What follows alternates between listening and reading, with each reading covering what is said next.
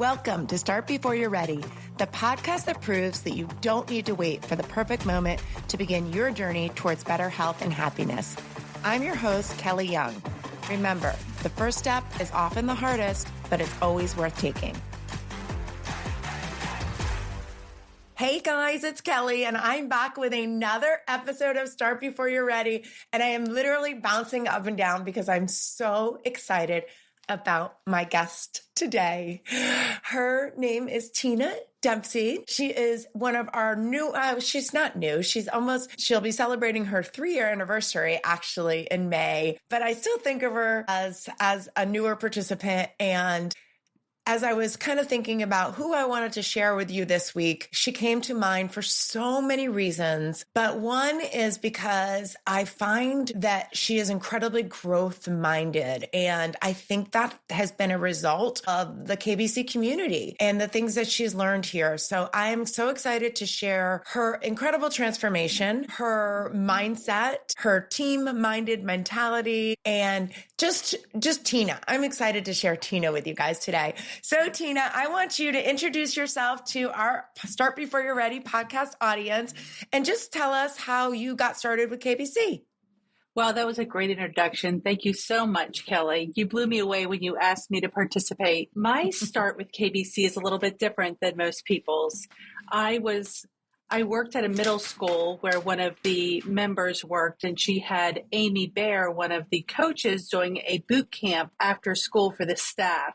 And I did that for probably about 3 6-week sessions until they finally convinced me to just come and work out regularly with everybody. And I was invited to the teacher appreciation celebration at Kelly's house. And I was just overwhelmed by the community and the graciousness of Kelly and how welcoming she was. And I just felt like these were going to be my people. I just loved it. And immediately, I just wanted to be a part of it. I love that. So Tina is speaking of a little celebration. As I shared with you guys a lot, that we like to celebrate. And sometimes it's hard to celebrate all the things. But one of the things that I'm committed to is honoring our school staff every year with a get together.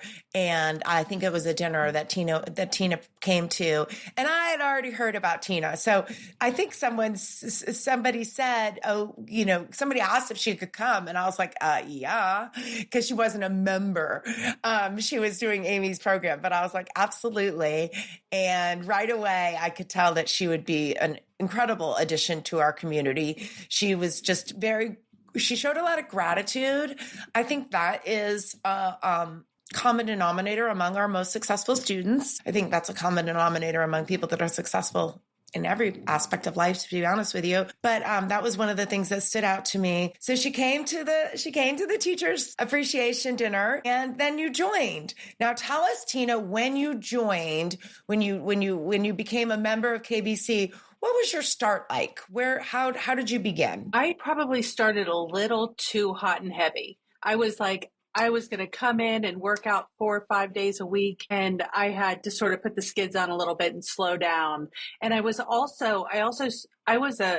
big keto nutrition person for many years. And Amy had started working with me on that when I was with the boot camp, and she started working with me on my nutrition one-on-one. I signed up with her immediately, and she started to reprogram the way I was thinking about food. And that was a big deal. And I learned so much from her. And it's been a journey working with Amy and then working with Gretchen on different programs of figuring out what works best for me for a lifestyle of nutrition. I don't like to call it a diet. It needs to be a lifestyle for me, because I don't want to go back to the way I was.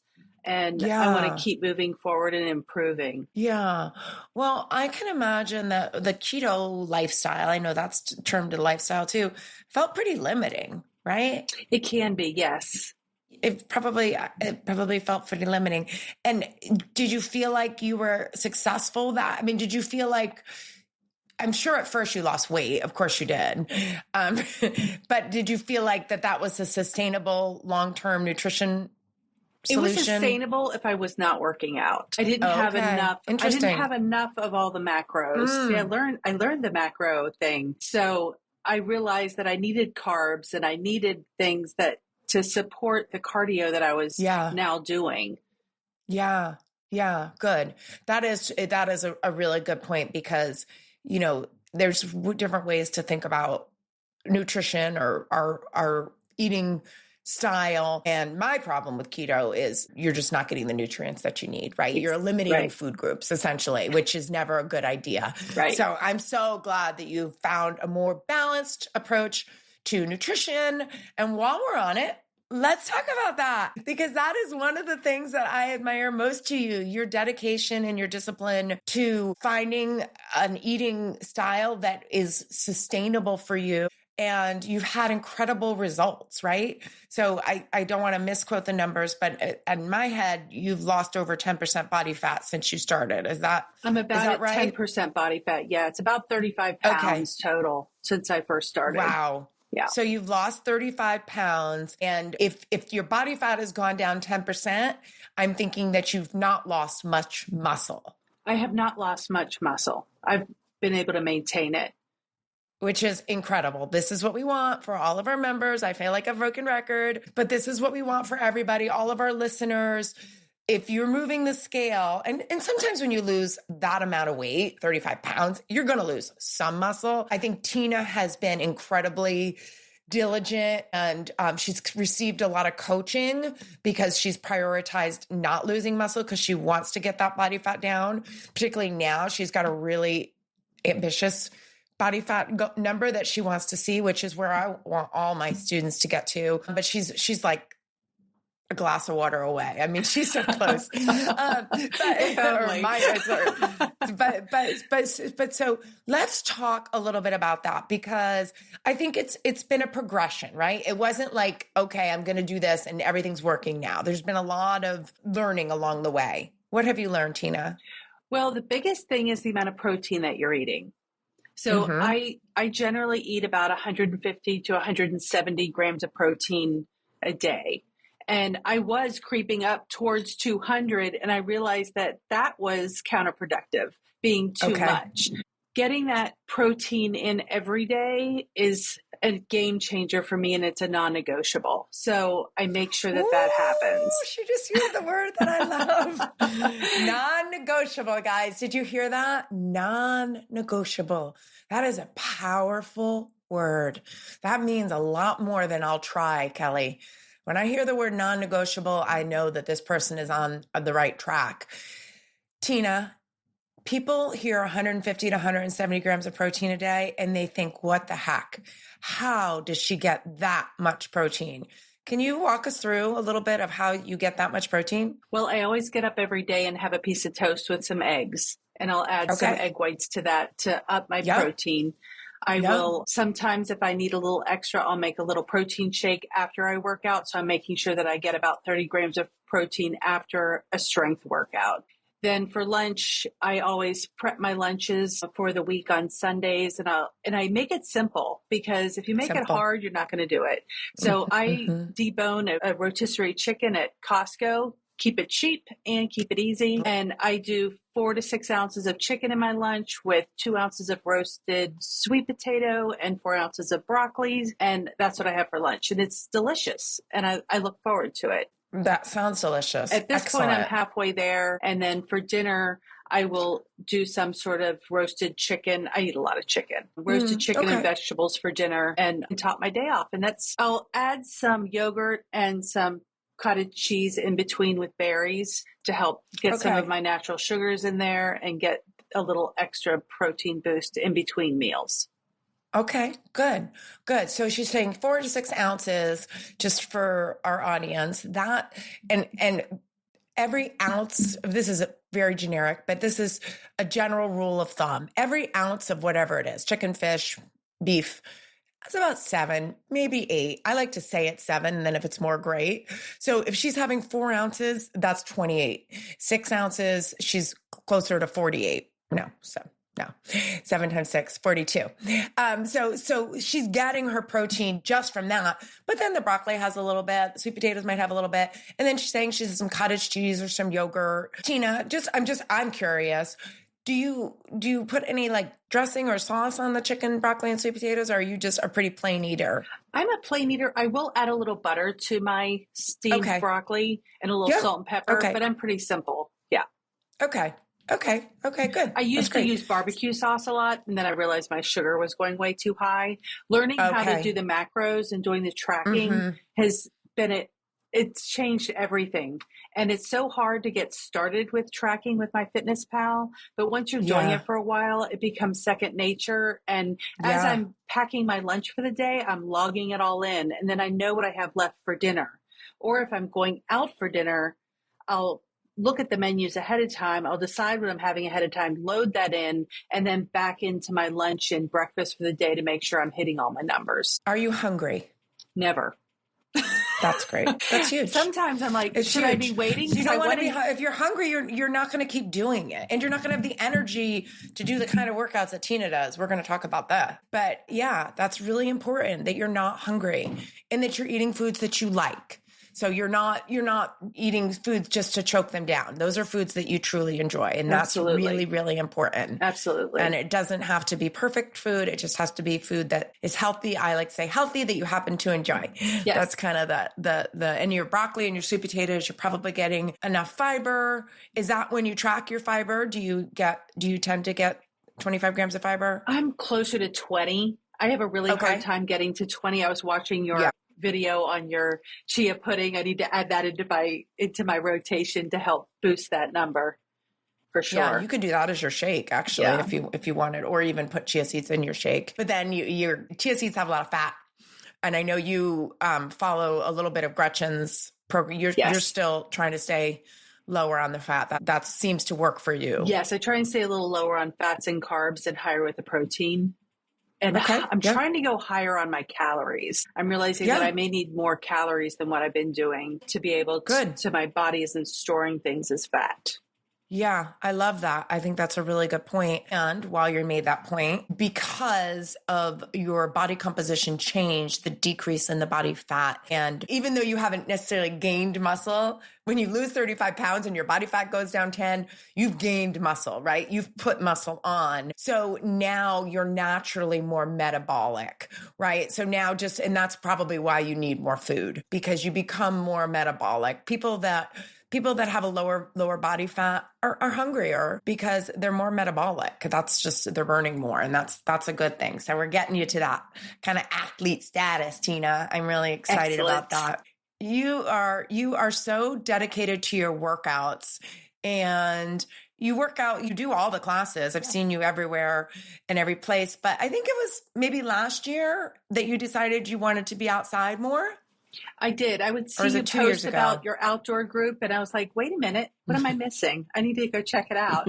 And I fell in love with working outside. Starting your day outside is the best.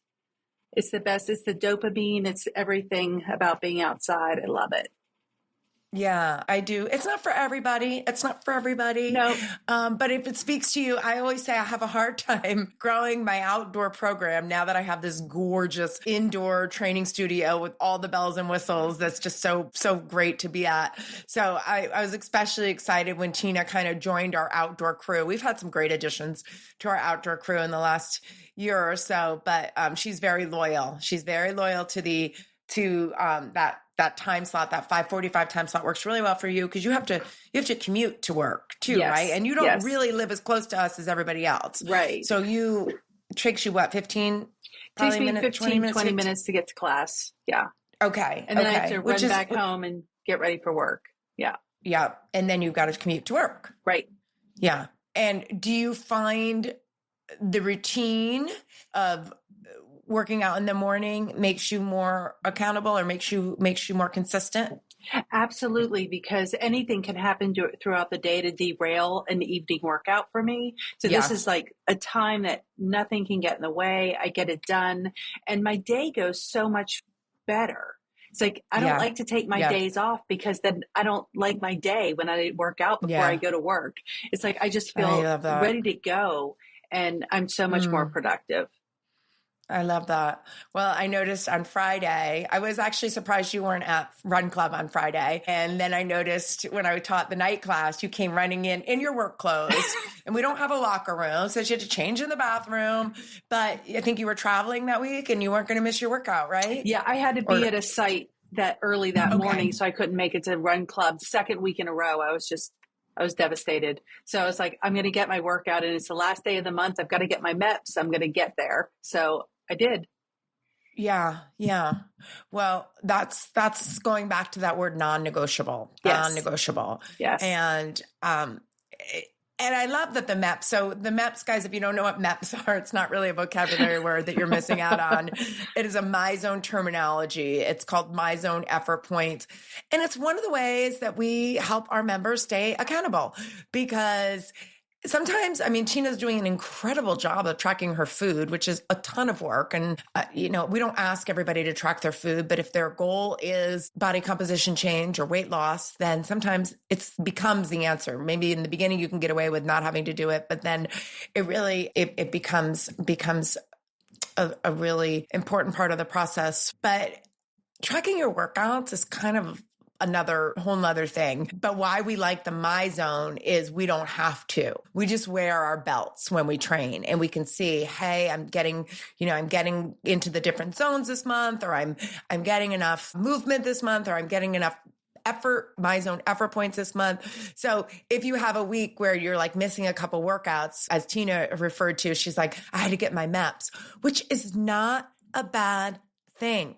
It's motivating her it's motivating her to be accountable. I think that is a wonderful thing. I know it's helping a lot of people in our community. And I've said many a time that I'm not somebody that likes to wear a tracking device. And I don't really want people to get worked up about like, oh, I'm not in the yellow or I'm not in the whatever. But if you use it intelligently and you think about it as a tool to get all of the different colors in and spend time in all of the different zones and just to make sure you're getting enough minutes in to getting your reps in, then it's an incredible tool. So I'm glad that you mentioned the My Zone, Tina. I hope that more people in our community adopt it. And by the way, you do not need to be in our community to use the My Zone. If you're local, I have one I can sell you. It's half the price that it is on Amazon. But if you're not, you can order it online and just pay a little bit more. And I can tell you guys more about it. If you want more information, go ahead and ask me. But this is not a My Zone commercial. This is a Tina commercial. This is a commercial for Tina. So Tina, you said something when we were talking about your history, and you said, I've spent my whole life being the chunky girl, comparing myself to my skinny sisters. I was on drill team in high school, but always an alternate, not quite making the cut. As I ventured on my own after college, I was always working out and tried every diet on the market. I never found anything sustainable until now. What do you think the difference is? What do you think the difference is? Why you looked for so long, a couple decades, for the solution and you didn't find it? Yeah, I think it's this community that you've created, Kelly. It's amazing. The people that are part of Kelly's boot camp are just so welcoming and encouraging, and they're just all lovely people. It's just incredible. You've really created something special. Okay, but let's go. Thank you very much. And that means the world to me. But let's think about somebody who might not know the community to turn to. What was the mindset shift that you had? Because keto to me is like kind of like, I don't want to say a Band-Aid, but it's like you're thinking along the lines of like, I just need to fix this problem. Like I need a quick fix. But what you're doing now is so different. I feel like there's been a lot of mindset shift. I'll give you some prompts of what I want you to say. So last year you chose the word impact. Yes. And why? Because I wanted to remind myself that everything that I do impacts the end result. So that I stayed on track and I was very mindful of what I was doing and that I would get to the finish line. Although that finish line keeps moving, doesn't it? It's like, yeah, it does.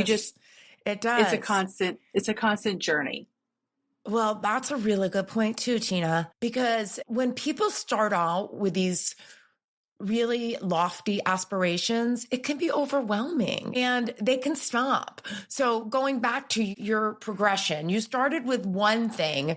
It was at your school. You didn't have to go anywhere. You were comfortable. You didn't think that it would be something that you'd like, but it was right at your school. It was right after school. Why not? Right? You tried it. You liked it. You had success with it. You signed up for a 6-week program and then another 6-week program. And then you realized, hey, I would love to do more of this. And then you joined the workout community, and you were getting nutrition coaching then. But I feel like even still, there were layers. There were layers. There was layers of education. There was layers of mindset shift. There were layers of participation, like doing the challenges, that kind of thing. Yes, it was nice that I was able to go to the 4:30 classes after school every single day. And I was seeing the same people. They would look for you. They would say things when you weren't there. You felt like it mattered if you showed up. I love that. And then the first winter challenge scared me because I didn't know what I was getting into, but I did it because I knew it was going to bring me more people. So I wanted to get to know more people because I'm not in your community. So all these people know each other from school and everything, and I'm kind of an outsider. So that gave me a chance to get to know people, and it was a great group. I had a great time, but in the end, I didn't make a lot of headway with my progression of weight loss, and I was really frustrated. And I actually thought about quitting, and I was like, wait a minute. Why would I quit? I put so much into this. This is up to me to figure out. I've got to figure this out. So that's when I found Gretchen, and I started doing the cut the fat. And it just all the pieces started to come together. Everything I learned from Amy, that I was able to work with the numbers with Gretchen. It's kind of like Tetris. It's like, if you take this and put this over here, it's moving things around to make it work for you so that you can eat the foods that you like.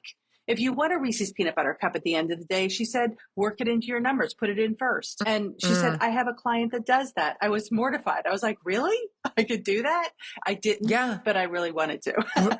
No, and I think that's really great. And I think that is such a great lesson for everybody. Sometimes you need an external source. You need a coach. Don't give up on yourself. There's a solution out there. Sometimes you just got to keep trying. Maybe the first thing isn't exactly what you needed, but you're layering. What you've learned is still a part of you. And now you've got a few more details that will continue to move you as you want to do. And that's one of the things that I'm most proud of what we do, both in person and virtually, is our coaching that we offer. I think it's very smart. I think it's very sustainable. And I think we educate people, maybe even more so than some of the other really high-end expensive programs that are out there. Because that's what I hear from everybody that does any of our nutrition coaching program. They're like, I'm just so much more knowledgeable, and it doesn't only benefit me, it benefits my whole family, because now we're thinking different about the types of foods that we're eating, and it really does make a difference. You did mention a little bit about your son, that you see him kind of taking on some positive habits. Absolutely. He's been prepping his meals, and he has his containers in the fridge, and I have my containers in the fridge, and I just love it. And he's opened himself up to eating fish a little bit more. And I'm just impressed. And he's working with a personal trainer now, and just it's baby steps with him, but we're getting there. That is phenomenal, Tina. Yeah. That's such a gift. And just to all the moms and dads and parents and caregivers and anybody that has people in their life, other people in their life that rely on them, when you take better care of yourself, everybody benefits, even if they're not doing what you're doing right now. Right. Sometimes it takes a long time. We can't force anybody to do anything. I've learned that over the years, sometimes the hard way, but just be more of the person you want them to be. That's all Yes. you can do. Yes. There's only one person you can control. Yes. And It's my yourself, son's an right? adult. I'm not making a 12-year-old make his own No, meals. I know, Tina. I know, but it doesn't matter. It doesn't matter. No, I mean, it doesn't. You know, my husband's an adult. Right? There's a lot of adults out there that we want to help, right? We want to we just want to help. But it's really great that you can be an example and things can be his way. And that's just great. And you talked about how after your first winter challenge, you wanted to quit and you didn't feel like you got the result. I remember this. Your numbers were not good. No, You had a bad challenge. Yeah. I think you even might have gained weight or something. Yeah, it was. I forgot. I don't remember now, but it was not good. I was upset. I was crushed. Yeah. Yep. And this happens, guys. Yeah. And guess what? Every single person that does our programs doesn't get the results that they want ever, or sometimes right away. But here's the thing. If you can find it within you to just keep plugging along, they're coming. The results are coming. Everything that she did before, even that winter challenge period that she felt like was unsuccessful, mattered. What she did right, what she did wrong, everything mattered. And it all added up.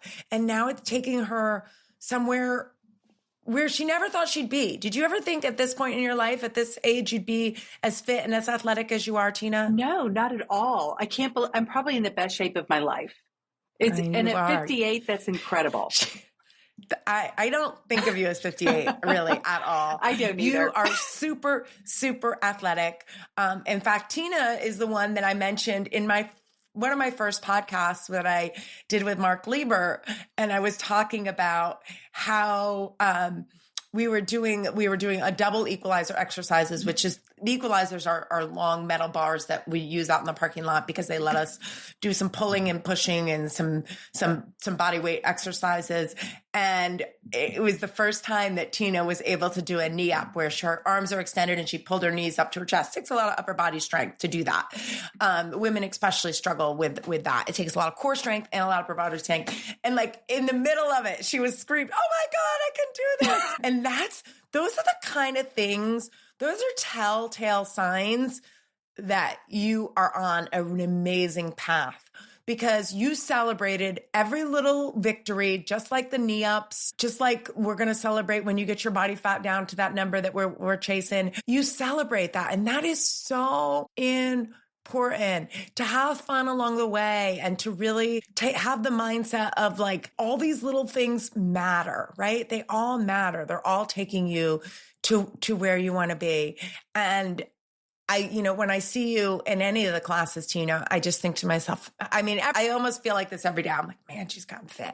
Like I look at your waist, I look at your shoulders, I look at and I'm like, man, it is like a transformation before your very eyes. As a coach and a trainer, it's just such a great feeling to know that when people put in the work, the results will come. And I admire so much about your dedication and your discipline. And I don't expect everyone to be as disciplined as Tina. I don't expect everybody to track their food forever. But she didn't do that at first either. It was like the layers. It was like first she started with this and then she started doing this. And for her, body composition is really important to her. So she's willing to do what it takes. Maybe you're like, I just want to move my body. I just want to feel stronger, or I just want to get outside, or whatever it is. Whatever your goal is, that's our tagline. Get what you came for. What are you here for? Why are you here? Know why you're here and train for that. And you're doing a great, great job of that, Tina. What would you say has been, I mean, we've talked about some of the physical changes, but like one thing that you notice different about yourself from before you were as fit as you are now? Well, just being able to do some of the fun things in life that I didn't think I'd ever do again. Yes. So I hadn't skied in 10 years. My family, we used to go skiing every year, and then, life happens and you stop going. Yep. And I had the opportunity to go last year, and I have a torn meniscus in one knee. And I was like, I was getting braces and all these things. I didn't wear a brace. I didn't do I skied all day with 30-something-year-olds, and I had the best time of my life. And I didn't hurt. I didn't suffer from altitude sickness. It was so wonderful. And I had it all to thank Kelly's boot camp. I have nothing else to thank. You had all to thank Tina Dempsey for showing up for almost 3 years and doing all the things. I'm curious about the knee, about the torn meniscus. if that bothers you less now that you've gotten some weight off. I think we know the answer to Much that. less, much less. It's much better. Yeah. And just being able to do a lot of squats and make that knee stronger around that area. I've never wanted to Yeah. have surgery, and don't intend to have surgery as long as I Yeah. will keep working out and keep myself strong. Yeah. I think that's a good point to make too, because I think everybody has joint pain to some degree, right? I know I have joint pain. My knees can bother me when they get inflamed. And there's probably a lot of people that work out with us that have something torn. It's more uncommon to have clean knees at this point in life than not to have something going on. But it is somewhat surprising to people that movement makes it better.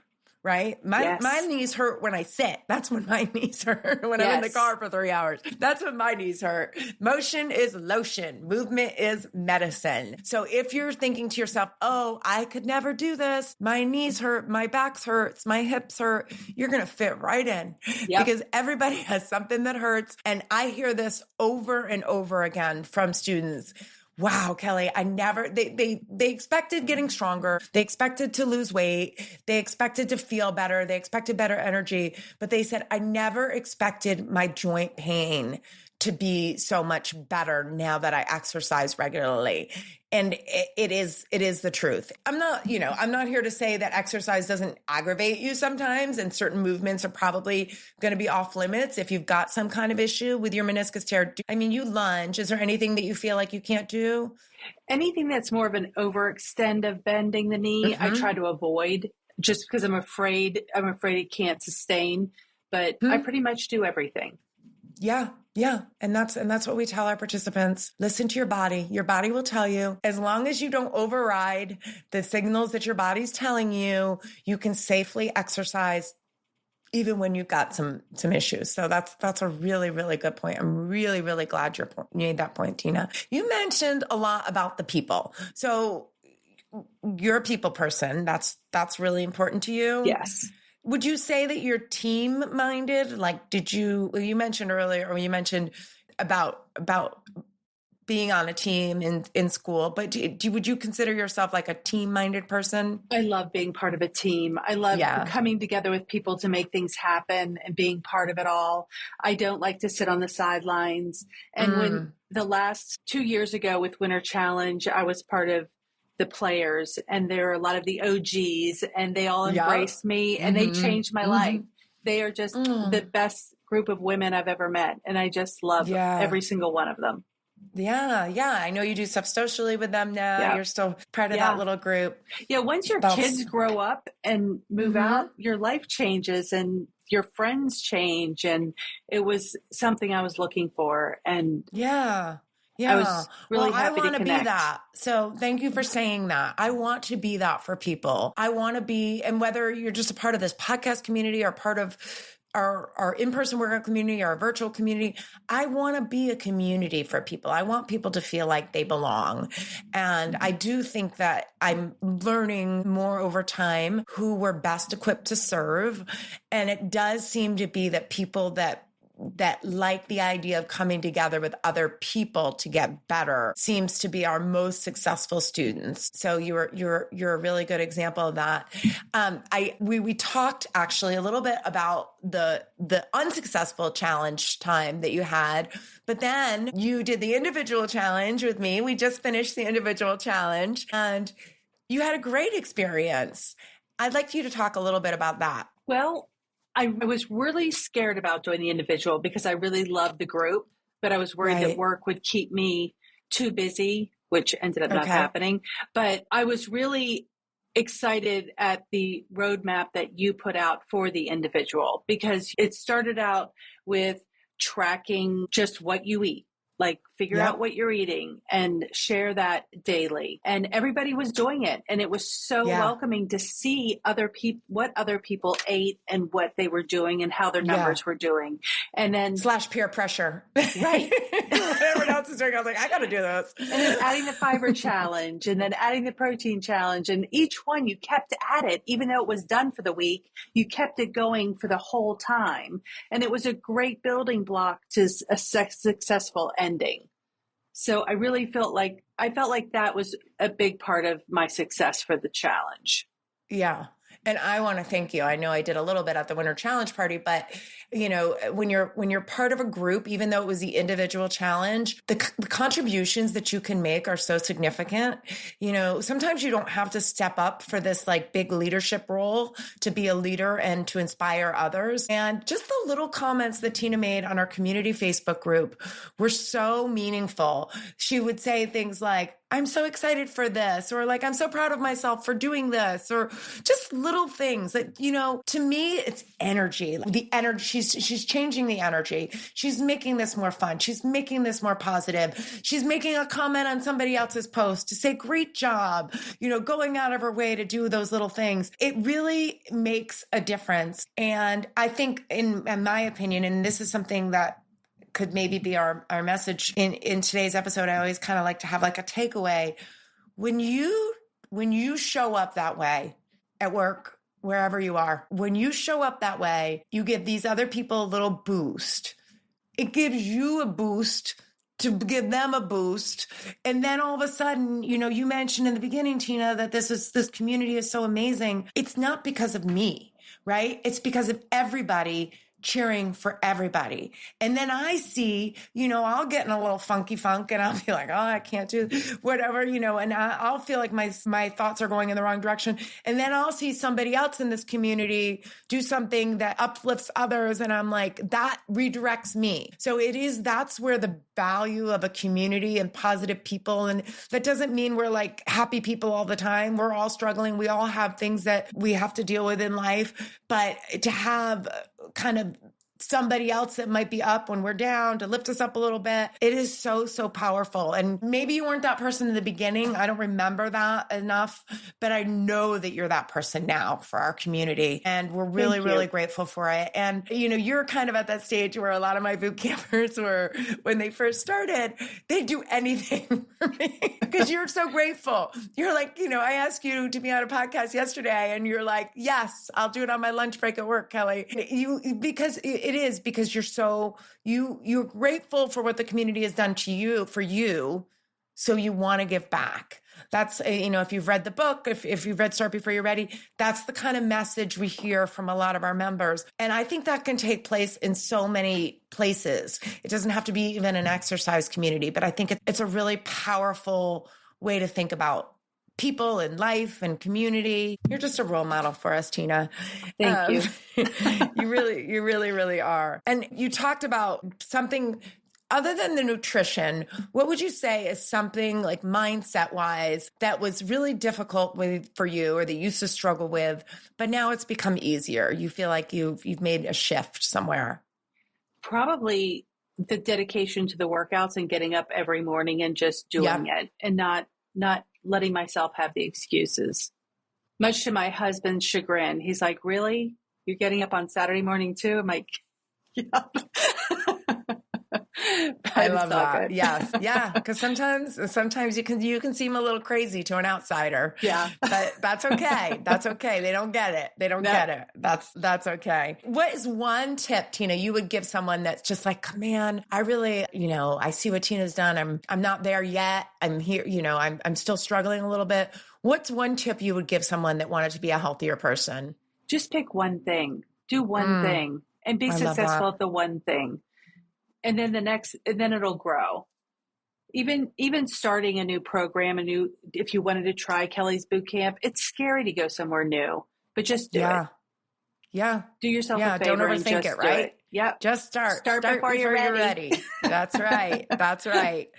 Is there anything, Tina, that you would like my advice on? Is there any like coaching? Use this as an opportunity to coach you with something that you still feel like you're maybe need a little help with? I feel like my whole life could be tweaked by you, but I feel like I tap into you as much as I can. And I feel like we're in a good place.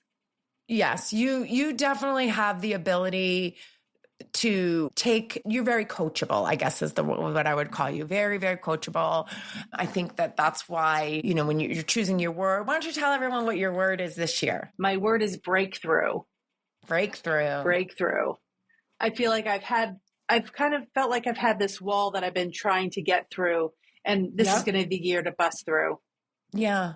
So that I can make another wall. I think you are a really good example of you're someone that comes to Run Club where we share our word typically every week, but you're someone that's done such a good job of really using your word as your theme for the year. Like the impact, I walked into Energy one day and she was wearing one of Todd Durkin's great hoodies. I'm like, where did you get that? She's like, oh, I ordered it.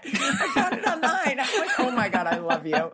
But I noticed on the water bottle, you had your impact, the bracelet that he gave you when he was here. What are ways that you do you say breakthrough to yourself when you're like in a low point, or how do you use your word? I actually have it written on my calendar really large on my wall in my office. I just try and it helps that you have us talk about it at the Run Club and at different times during different workouts. It's just, I panicked for a second that I couldn't remember what it was for a second. I looked up at the wall, but it's a great tool. I never thought I would do something like that, but I think it's a great tool. And I love hearing other people's words and hearing how they're helping them. Me too. I really do. And it's been a work in progress with our words, you guys. So if this is something you haven't yet adopted, don't take it off your list yet, because it's taken us years. It's taken this community years. And it's taken me kind of a while to figure out how to really make this part of us. And what I've learned is I can't just ask them their word in the beginning of the year and put it in a Google Drive. We need to talk about their words. We need to put it back on just last week, I put it back on the community page, like all the words, and just, how's your word been serving you? We talk about it in class. Sometimes I'll just ask them in class, like, what's your word? Or just to remind them. So now it's like, well, I better write it somewhere because we can all forget. But I think it can really serve you if you choose the right word that's in line with what you're trying to accomplish that particular year. I really think it can serve you. And your words have been very powerful. And I think it's a direct reflection on your action. And I think that your story is so inspiring. I'm going to share when before I put this podcast out, because I know this will help you guys listen to it. I'm going to share a before and after of Tina to see the physical transformation that she's made. It really is amazing. I think of her now as one of my most fit star students. I think of her as an athlete, but I have to remember that is not the Tina that came to us. And it's been a work in progress, and it's taken a few years. And if she stopped doing it, she'd go back to being her old Tina. And that's scary too, right, Tina? Yeah. That's scary. You don't want to be your old Tina. You want this Tina. Exactly. I will continue to do this as long as I can. Yeah. And I will continue to do this as long as I can, because I know that sustainable fitness that people enjoy, that they call their happy place, that they call the best part of their day, is the secret. It's the secret. So we've found the secret sauce, and we just want more people to come into our community so we can serve them. And we want more Tinas. That's how this started. That's how this podcast started.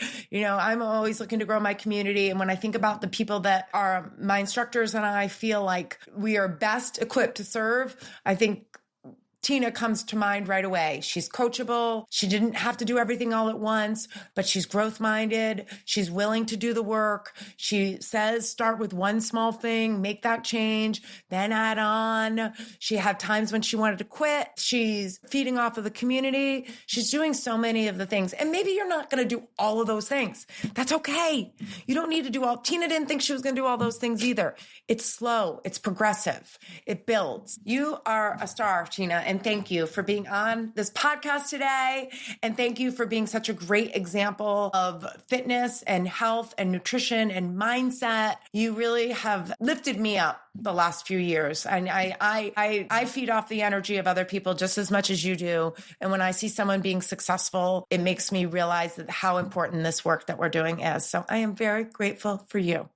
Thank you, Kelly. I can't tell you how special you've made me feel. Oh, you are special. All right. Have a great day. Get back to work. Thanks. You too. Thank you for tuning in to another episode of Start Before You're Ready. If you enjoyed this episode, please subscribe, leave a review, and share with a friend who might need a little motivation. Ready to start your own journey? Check out our workouts and nutrition coaching programs at kellysbootcamp.net. You can choose from in-person sessions, or virtual programs. Set up a complimentary coaching session to get started. Follow along with me and the show on social media at Kelly's_bootcamp. Until next time, this is Kelly Young reminding you that the best time to start is always now.